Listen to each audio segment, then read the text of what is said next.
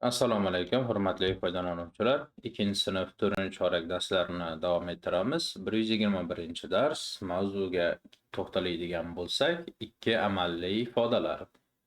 Yondosh mavzu bizning o'lka, gullab yashnagan bog'.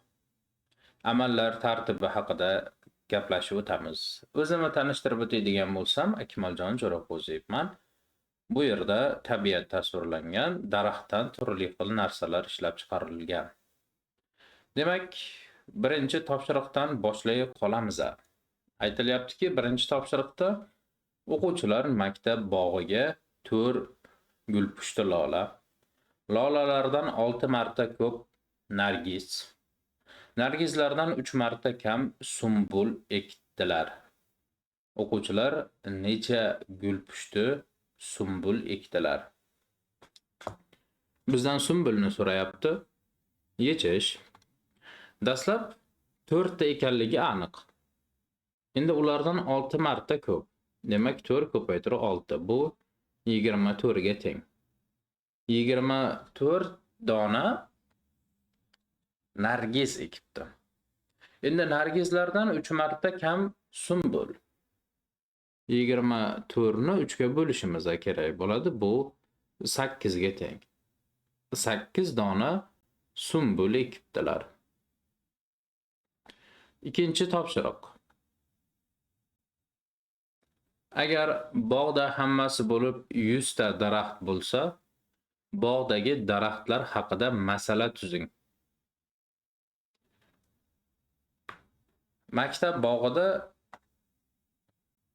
Maktabda mana teraklar 50 ta, emallar 10 ta, chinorlar nechta?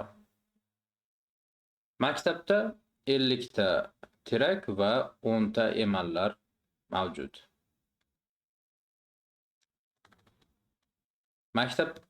Maktabda boshqadan tushamiz. Maktabda 50 ta terak, 10 dona eman daraxti mavjud.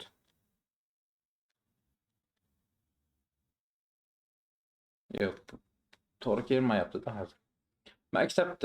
Maktab bog'ida terak, eman va chinor daraxtlari bor. Ularning jami soni 100 ta. Agar teraklar 50 ta, emanlar 10 ta bo'lsa, chinorlar sonini toping. Bo'ladi. Ushbu ifodalar nimani anglatishi mumkin? 50 ni 10 ga bo'lsak, teraklar chinorlardan necha marta ko'p ekanligini anglatadi dastlabki ifoda. Yoki emanlar teraklardan necha marta kam. Necha marta kam bo'lsa, shuncha marta ko'p bo'ladi. 100 dan 50 va 10 ayrilyapti. 100 dan 50 ayrilsa, bu umumiy holatda o'zi bu ifoda chinorlar qancha ekanligini bildiradi. Chinorlar soni.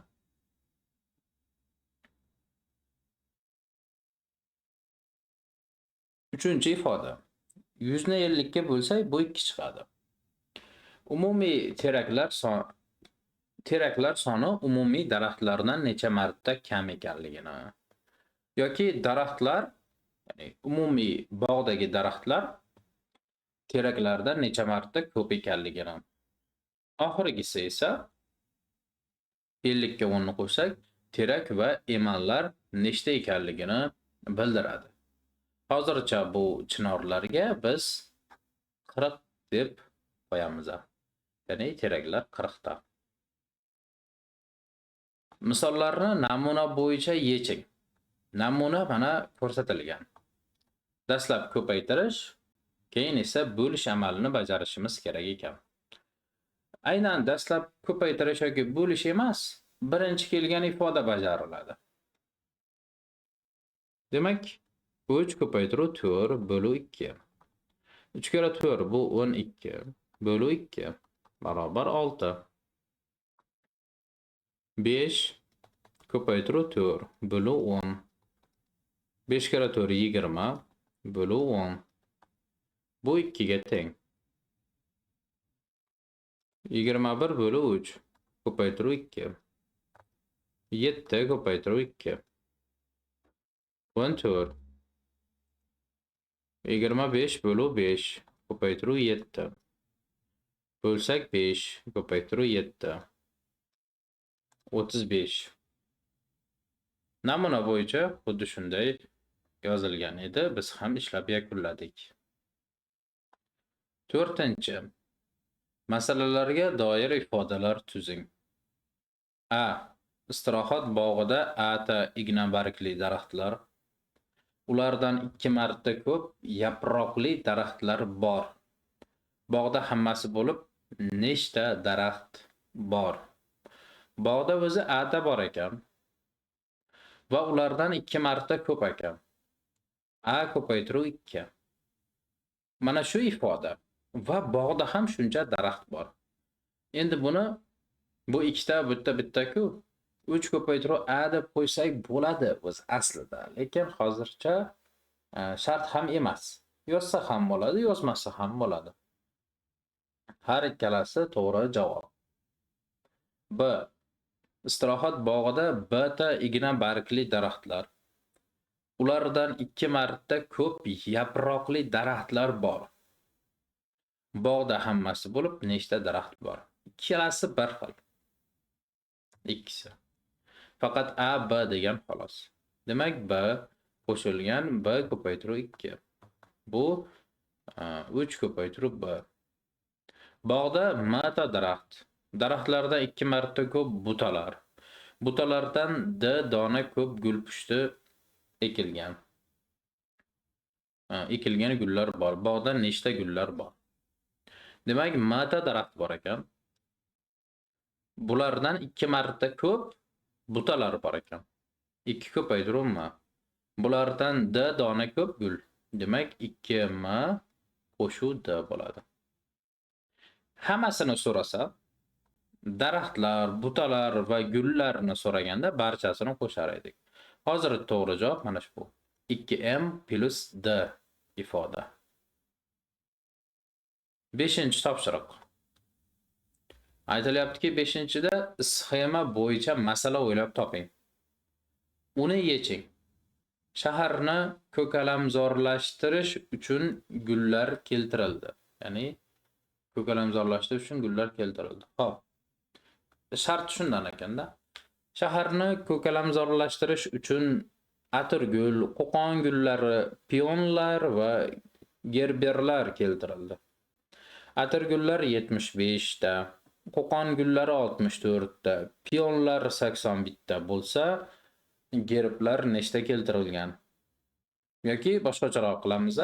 Shaharni ko'kalamzorlashtirish uchun 284 ta gullar keltirildi. Atirgullar 75 ta, qo'qon gullari 64 ta, pionlar 81 ta bo'lsa, gerberlar nechta keltirilgan? Dastlab bu uchalasini yig'indisini topishimiz kerak bo'ladi. 75 plus 64 plus 81. Bularning yig'indisi 220 ga teng. 284 dan 220 ni ayirsak 64 ta gerberlar kelib chiqadi. Mana bu mana. 6-topshiriq. Jadval bo'yicha masala o'ylab toping. Ularga doir ifodalar yozing. Ularni qiymatini toping. Maysazor, bir maysazordagi gulpushtalar, jami gulpushtalar. Mana, maysazor gulpushtalar va jamisi. Maysazorda 6 ta gulpushta ekilgan. Shunday 4 ta maysazorda nechta gulpushta bor? Jami gulpushtalar soni 42 ta, har bir maysazorga 7 tadan gulpushta ekilgan bo'lsa, nechta maysazor bor? Jami gulpushtalar soni 32 ta. Agar maysazorlar 8 ta bo'lsa, har bir maysazorga nechtadan gulpushta ekilgan? Sizlarga mana 3 ta masalani tuzib berdim. Bularni yozib olishlaring mumkin va endi biz bularni ishlab qo'yamiz. Demak, bularni nomerlab olsak, 1, 2, 3. Birinchi 4 ko'paytiruv 6. 24. Ikkinchi va uchinchi. Ikkinchi 42 bölü 7 barobar 6. Keyingisi 32 bölü 8 barobar 4.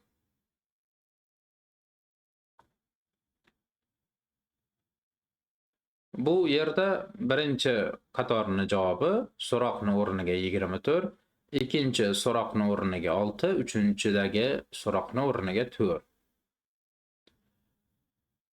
7. Hisoblang. Bularni yuqorida ko'rdik, hisob-kitob qilishni. Agar yuqoridagi misollarni ko'rmagan bo'lsangiz, videoni ortga qaytarib, ishlab ko'rib olishingizni maslahat bergan bo'lar edim. Birinchi, ikkinchi va uchinchilar. Demak, 4 ko'paytirib 2 ko'paytirib 3. 4 kere 2 8 ko'paytirib 3. 24 ga teng ekan. Keyingisi 5 ko'paytirib 2 ko'paytirib 7. Bu 10. Ko'paytirib 7. 7 kere 1 7. 70. Keyingisi 3 ko'paytirib 3 ko'paytirib 3. 3 kere 3 9 ko'paytirib 3. 27. 4-chi, 5-chi va 6-chilar. 4-chi 8 bölü 4 ko'paytirib 9. Bu 2 ga teng. Ko'paytirib 9 natija 18. 4 ko'paytirib 3 bölü 6. Bu 12 bölü 6. Javobi 2. 10 bölü 2 ko'paytirib 8. Bölsam 5 ko'paytirib 8. Natija 40 ga teng ekan. Sizlar bilan bugungi darsga ajratilgan misollarni ishlab yakunladik. Eslatib o'taman, Akmaljon Jo'raqo'ziyevni shaxsiy kanalidasizlar. Telegram, YouTube'ga obuna bo'linglar. Keyingi darslarda ko'rishguncha xayr, salomat bo'ling.